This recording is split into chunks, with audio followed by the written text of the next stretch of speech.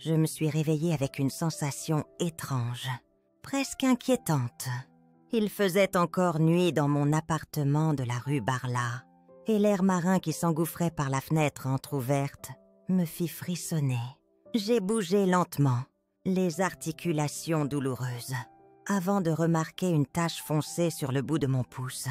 Une trace d'encre, bleue, circulaire, comme si quelqu'un avait pressé mon doigt sur un tampon notarié pendant que je dormais. Mon cœur s'est mis à battre plus fort. Ce n'était pas normal. Rien de tout cela ne l'était. Je m'appelle Colette Blanchard. J'ai 75 ans et je vis à Nice, seule, dans le petit appartement que j'occupe depuis plus de 40 ans. Toute ma vie, j'ai vendu des fleurs dans les rues du Vieux-Nice. Je poussais mon chariot dès l'aube. Été comme hiver, criant les noms des saisons mimosa, pivoinesse, œillet, lavande. C'était dur, mais c'était honnête. Je n'ai jamais eu grand-chose, sauf ce toit au-dessus de ma tête, payé à la sueur de mon front, et les souvenirs qu'il contient. Ce toit-là, je l'avais acheté avec mon mari André. Non, il est parti trop tôt. Une saloperie de cancer du poumon. Depuis, je me suis accrochée à ce qu'il restait. Les murs, les meubles, le silence, après sa mort. J'ai recueilli ma sœur Élise et sa fille Amélie. Elles n'avaient plus rien. Alors je les ai prises avec moi. J'ai vendu ma bague de fiançailles pour qu'Amélie puisse entrer à l'école privée. J'ai partagé tout ce que j'avais, même ce que je n'avais pas. Et puis le temps a passé. Élise est tombée malade à son tour. Et je me suis retrouvée à élever Amélie presque seule. Elle avait les clés de chez moi. Elle venait m'apporter des plats, faire quelques courses, m'aider à installer les guirlandes à Noël. Je croyais qu'on était unis. Je croyais que je pouvais lui faire confiance. Je lui avais même donné une procuration bancaire limitée pour qu'elle puisse payer quelques factures à ma place quand j'étais fatiguée. Une formalité. Pensais-je, une preuve d'amour, de reconnaissance. Quelle naïveté. Mais cette encre, ce matin-là, tout a basculé. J'ai trouvé sur la table une enveloppe étrange, sans timbre ni cachet, comme glissée par une main discrète. À l'intérieur, une copie d'un acte notarié. Un transfert de propriété. Mon appartement cédé à Amélie, avec mon empreinte comme signature.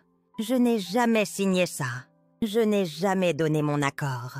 Et pourtant, tout semblait légal.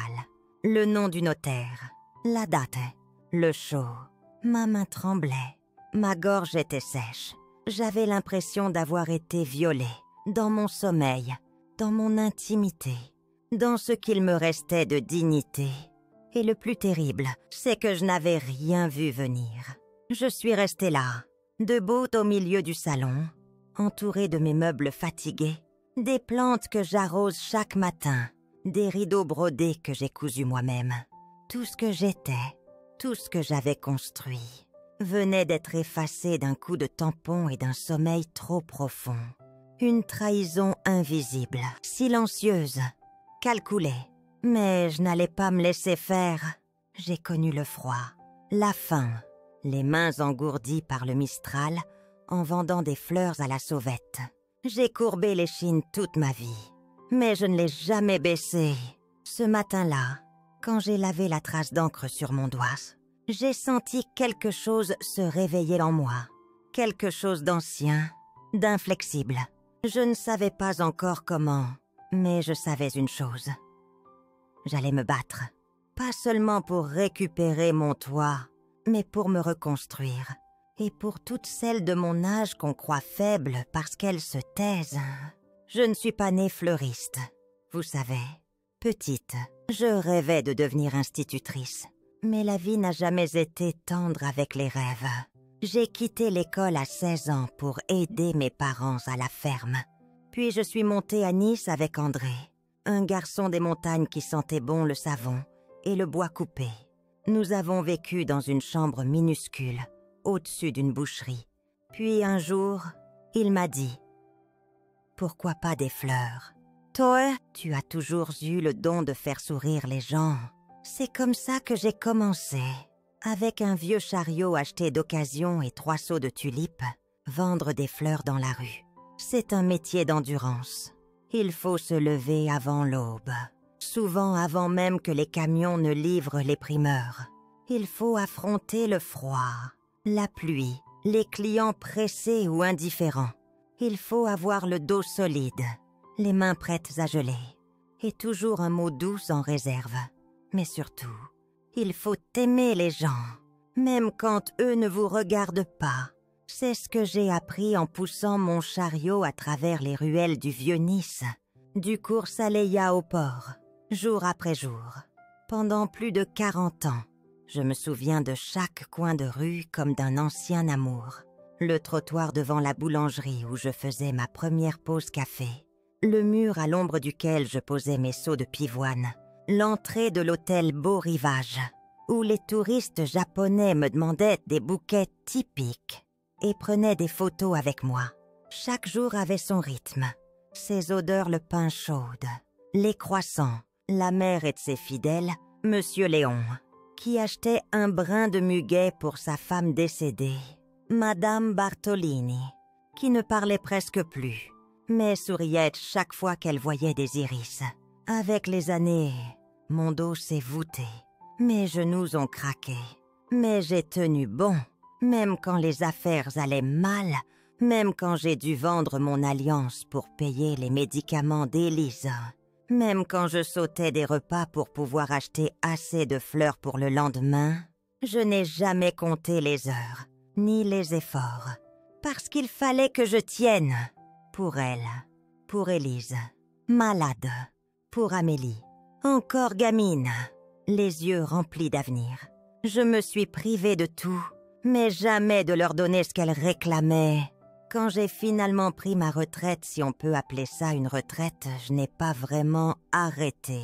Je me suis aménagé un petit jardin sur la terrasse de l'immeuble. Quelques pots de lavande, de géranium, des bulbes de narcisses que j'enterre chaque hivre avec un espoir muet. Et puis, sur les conseils d'une voisine, j'ai ouvert un blog, Les fleurs de Colette. Rien de grandiose, juste des conseils, des anecdotes, des souvenirs.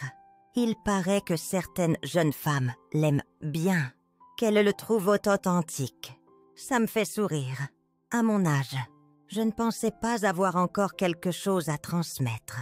Mon appartement donne sur la mer. Le matin, je me fais un café noir, j'ouvre les volets et j'écoute les mouettes en regardant le ciel se teinter de rose. L'odeur du mimosa flotte déjà, même quand ce n'est pas la saison.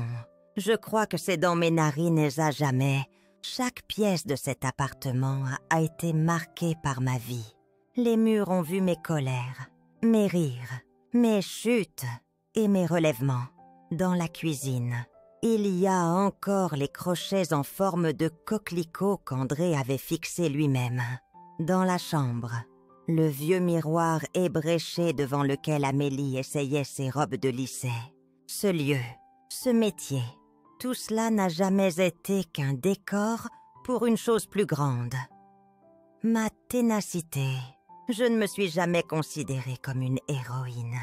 Mais chaque matin où je choisissais de sortir, de vendre une brassée de fleurs au lieu de pleurer dans mon lit, je crois que j'ai conquis un peu de respect. Pas celui des journaux ou des politiciens, celui qu'on gagne à la sueur, à la décence, le respect qu'on se donne à soi-même. Alors oui, j'étais une marchande de fleurs, une parmi tant d'autres, anonyme, invisible. Mais chaque bouquet que j'ai vendu était un morceau de moi, et quand j'ai vu cette trace d'encre sur mon doigt, cette empreinte utilisée sans mon consentement, c'est tout cela qui a été trahi. Pas seulement la vieille dame que je suis devenue, mais la femme debout que j'ai toujours été. Je n'ai jamais été une mère parfaite. Je ne suis pas sûre que ça existe. D'ailleurs, mais j'ai été là, toujours, présente, solide, un peu raide peut-être, mais fidèle comme une horloge. Quand Amélie est née, j'ai compris tout de suite qu'elle serait le centre de ma vie. J'ai levé les yeux vers ce bébé fripé et hurlant. et je me suis fait une promesse silencieuse.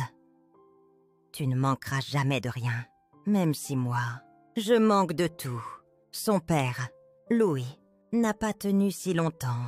2 ans après la naissance, il est parti pour trouver mieux, m'a-t-il dit. Je n'ai jamais su ce que c'était. Ce mieux, peut-être une femme plus douce, moins fatiguée, peut-être une vie sans couches, sans factures impayées, sans cernes sous les yeux. Peu importe. J'ai fermé la porte derrière lui et j'ai continué seule. Une poussette d'une main, un seau de fleurs de l'autre. Amélie, elle, était vive, curieuse, exigeante aussi. Elle voulait des livres, des vêtements à la mode, des goûters spéciaux pour l'école. Je me suis débrouillée. Toujours, j'ai appris à faire des bouquets plus complexes, à négocier les prix avec les grossistes, à sourire même quand j'avais envie de m'effondrer. Tout pour qu'elle ait une chance. Une seule. Quand elle a eu son bac avec mention, j'ai pleuré dans la cuisine. Pas devant elle. Non, devant la cafetière, le nez dans mon tablier. Je me suis dit, ça y est, tu l'as menée quelque part. Elle ne sera pas comme toi, courbe. Et par les années, les mains tachées d'humidité froide. Elle est partie à Paris faire des études de commerce, avec mon aide. Un petit studio loué avec mes économies, les bourses, et chaque mois un virement discret de ma part. Je me privais de tout, mais je me disais que c'était ça, être mère, donner jusqu'à ce qu'il ne reste rien. Et puis un jour, les appels se sont espacés, les messages sont devenus plus brefs, les visites, rares.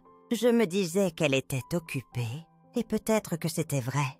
Puis elle s'est mariée, un avocat brillant, bien coiffé, qui me regardait toujours comme s'il parlait à une serveuse. Ils m'ont invitée. Bien sûr, je suis montée à Paris avec une robe que j'avais achetée en solde et un châle que j'avais moi-même tricoté. Mais j'étais de trop dans leur conversation, dans leur manière, dans leurs projets. On m'a placée à une table au fond. J'ai souri tout le long. J'ai félicité. J'ai applaudi. Et le soir, dans la chambre d'hôtel, j'ai pleuré de nouveau.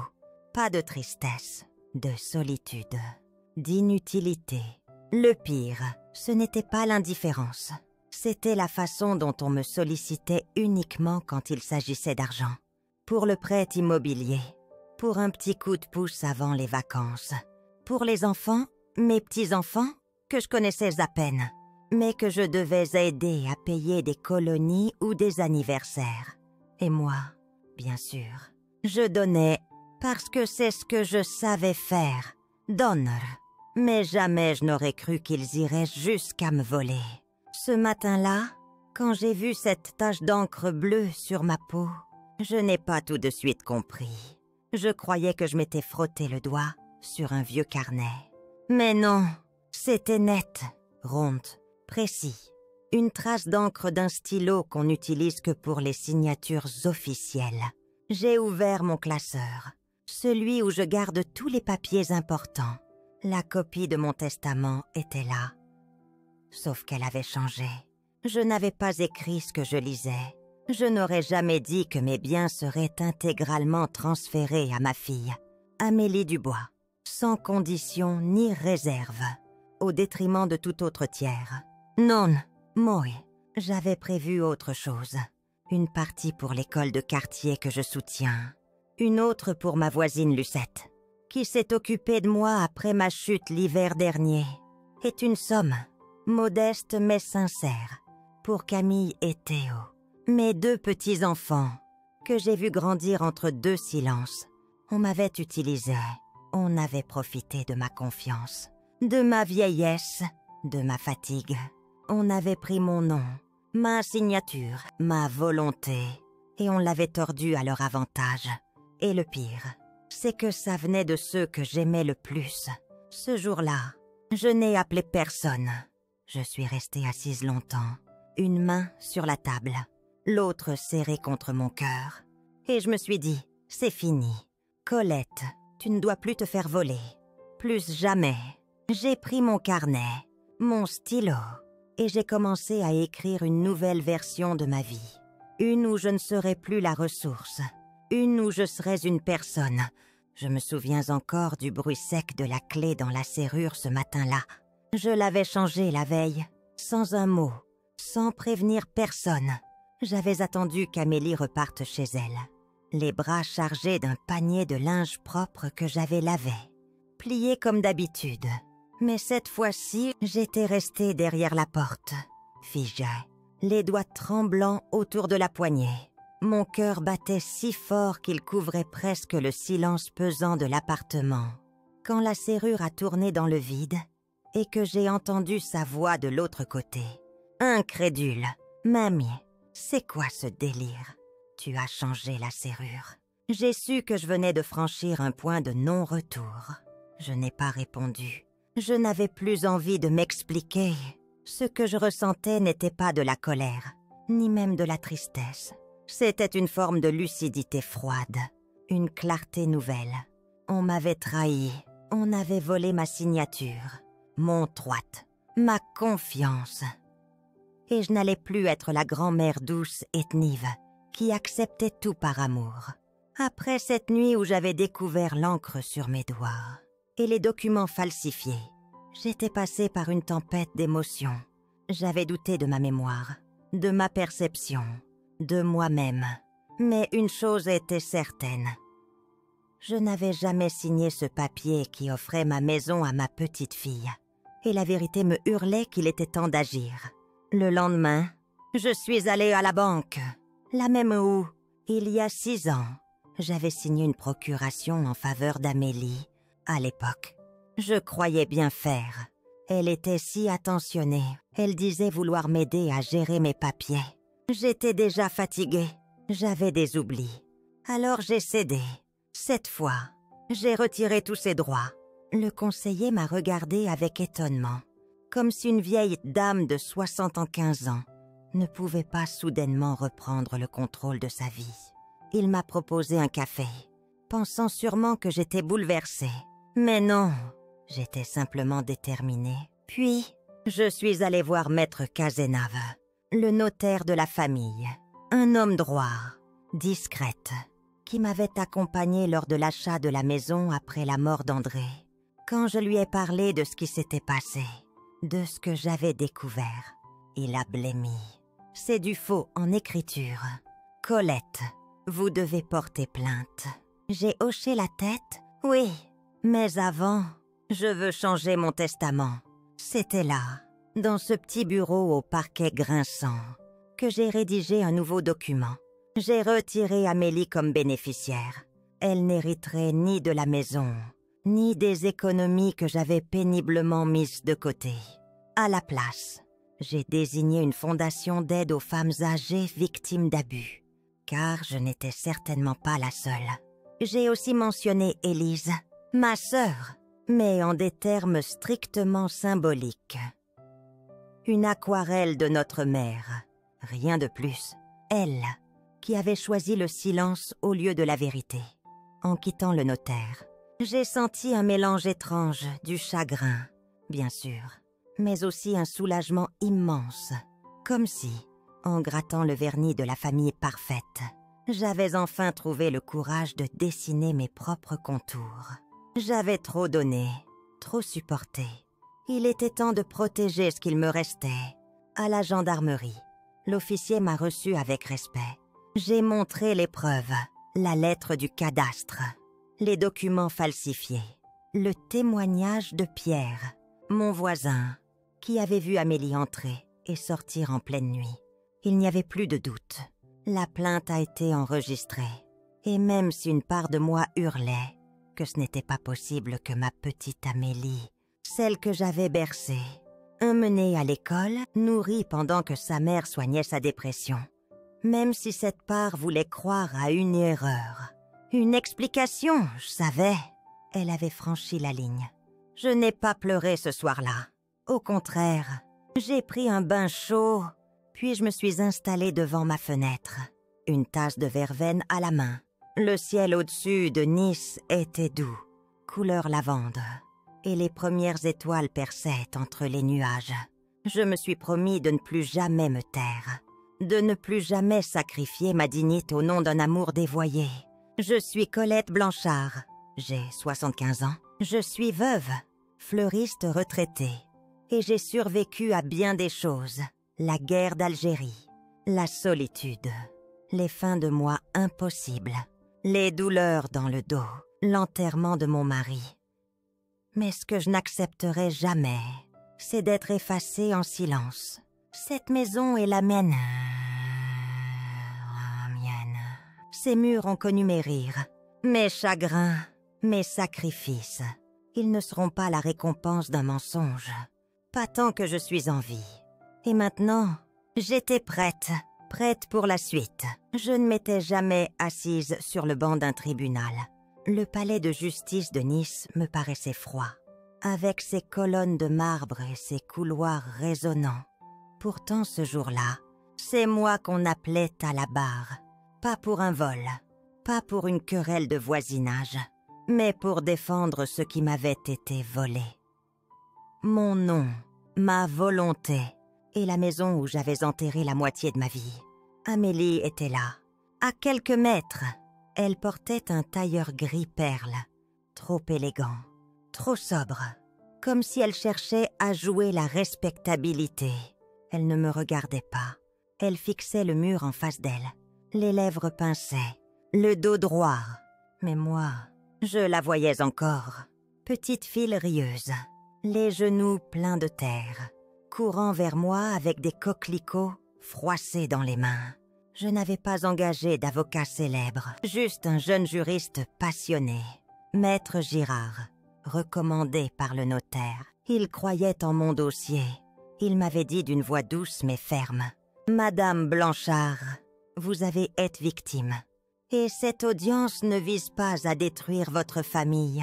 Elle vise à rétablir votre vérité. » La juge m'a invité à témoigner.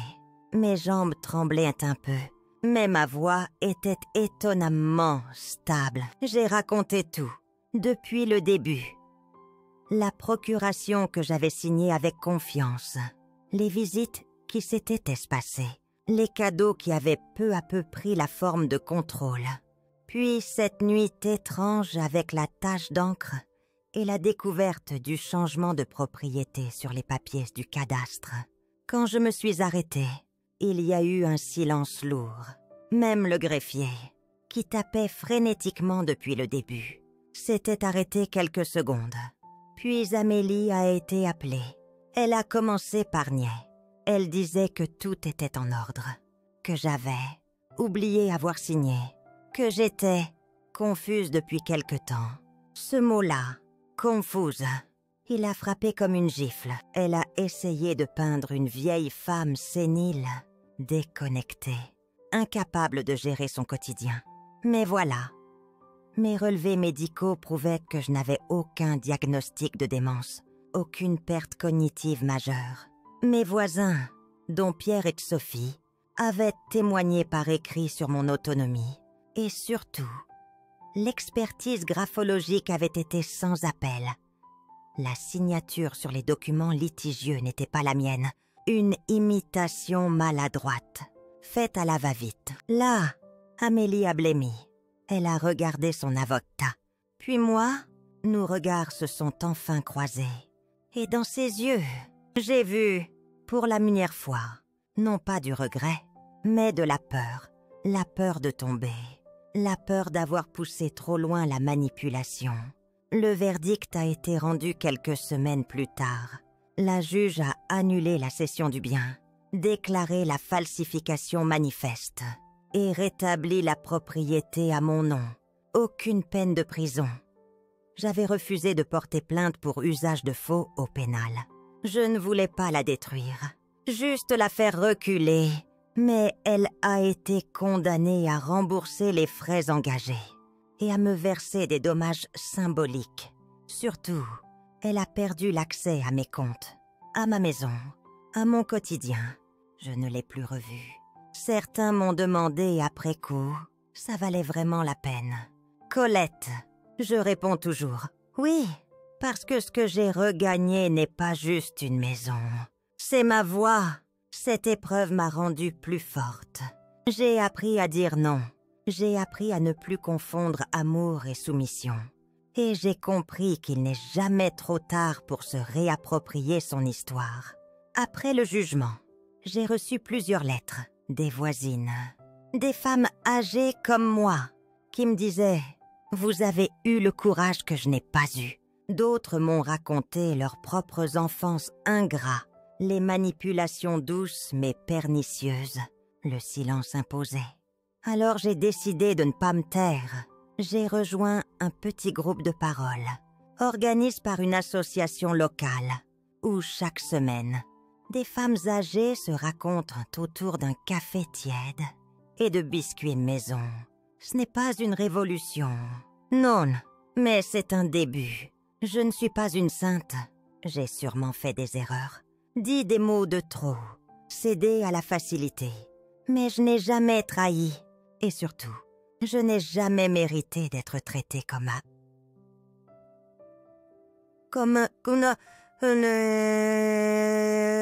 fardeau, comme un corps en trop dans une maison qui était à moi.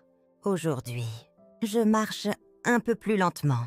Mes genoux grincent le matin, mais ma tête, elle, n'a jamais été plus claire. Et dans mon sac, au lieu de porter les clés d'un appartement volé, je garde un petit carnet où j'écris ce que j'ai appris. L'amour vrai n'a pas besoin de voler, et le respect ne s'exige pas. Il se construit. Je suis sortie du tribunal avec une démarche droite, sous le ciel bleu clair d'un printemps niçois. Les pigeons picoraient sur les marches, et pour la première fois depuis longtemps, j'ai souri sans amertume. Ce n'était pas une victoire contre Amélie, c'était une victoire pour moi, pour la femme que j'étais avant, pour celle que je suis redevenue.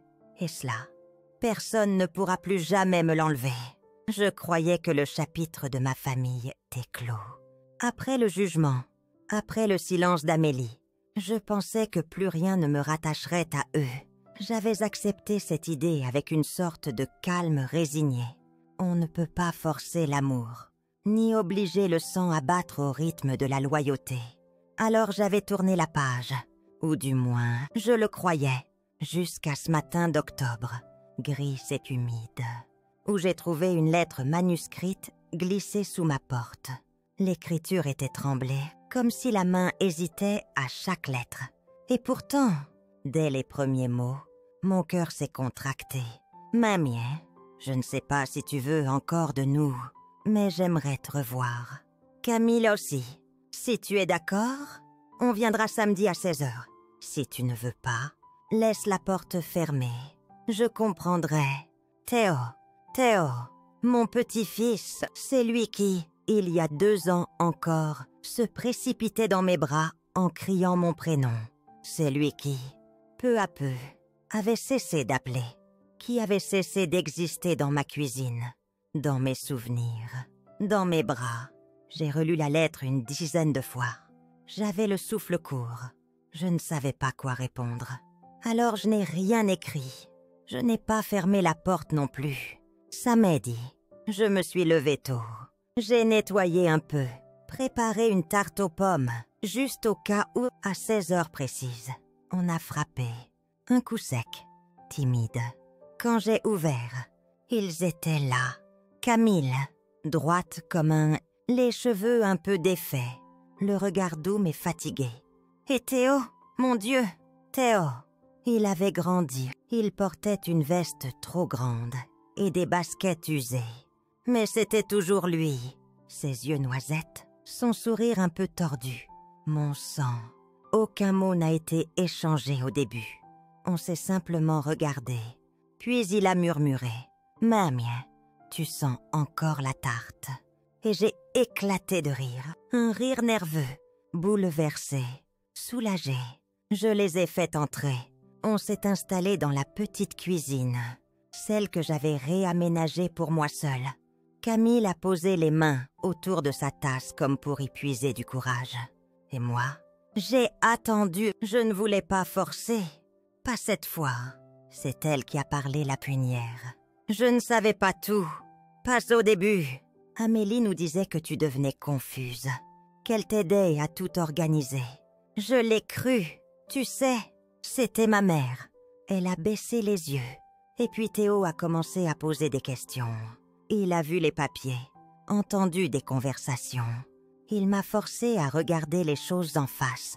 Théo a ajouté, d'un ton plus tranchant.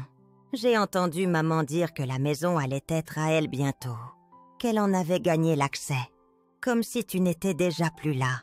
Il a serré les dents. C'est là que j'ai compris que ce n'était pas juste. Même si on avait été fâchés, tu restais. Toi, tu méritais mieux. Je n'ai pas pu répondre tout de suite. Trop de choses se bousculaient. Mon cœur me faisait mal, mais d'une douleur douce, comme celle qu'on ressent après un long engourdissement. Camille a continué. Plus bas, je ne cherche pas à rattraper le passé. Maman, je veux juste que Théo sache d'où il vient, qu'il connaisse la femme qui l'a bercé, qui lui a appris à nouer ses lacets avec des ficelles de pain. Et Théo, en me regardant droit dans les yeux, tu veux bien qu'on revienne? Pas tous les jours, mais parfois, j'ai eu envie de pleurer, mais au lieu de ça, j'ai souri. Un sourire fragile, oui, mais vrai. Je n'ai jamais fermé la porte. Théo, elle était juste en attente. Depuis ce jour-là, ils reviennent. Pas souvent, pas assez pour effacer les absences, mais assez pour tisser à nouveau. Parfois, Théo m'aide à faire des brioches. Il râle parce que je n'ai pas de micro-ondes, mais il adore pétrir la pâte. Il appelle mes torchons les rideaux sacrés de Mamie Colette. Il me fait rire. Il me fait vivre. Camille, elle, est plus réservée, mais elle m'embrasse toujours en partant. Et souvent, elle me laisse un petit mot dans le bol à sucre. Une pensée, une blague, une recette.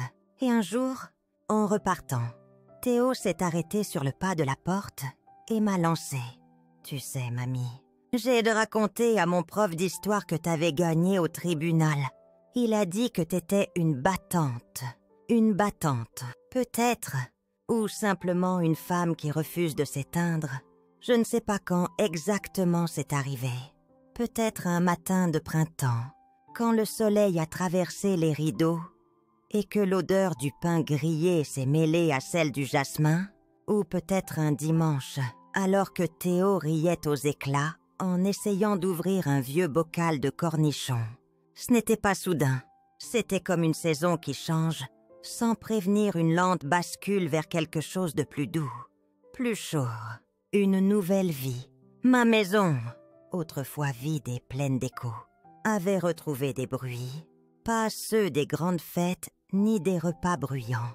Non, mais des bruits simples, une chaise raclée, une radio qui crachote du Charles Aznavour, un robinet qui goutte, une rire d'enfant. Ma maison vivait de nouveau, et moi avec elle. Depuis le procès, j'avais compris une chose essentielle. Il ne suffisait pas de récupérer ses biens pour se reconstruire. Il fallait aussi réapprendre à habiter l'espace, à s'ouvrir, à accueillir. Alors, peu à peu, j'ai changé les choses. J'ai repeint les volets toute seule, d'un bleu pâle que j'adorais. J'ai ressorti mes anciens albums photos. Et surtout, j'ai commencé à écrire. Pas un roman, non, mais des souvenirs, des recettes, des anecdotes, des petits morceaux de moi que je voulais transmettre. Chaque mercredi, Théo venait après l'école. Il s'installait à la table de la cuisine, posait son sac avec un grand soupir dramatique, disait « Alors mamie, aujourd'hui tu me racontes quoi ?» Et moi, je lui parlais de la guerre, de son arrière-grand-père, de la dernière fois que j'avais vu la mère. Je lui racontais comment j'étais tombée amoureuse à 19 ans, comment j'avais vendu mes premières pivoines au marché de Nice. How I cried the night Camille was born.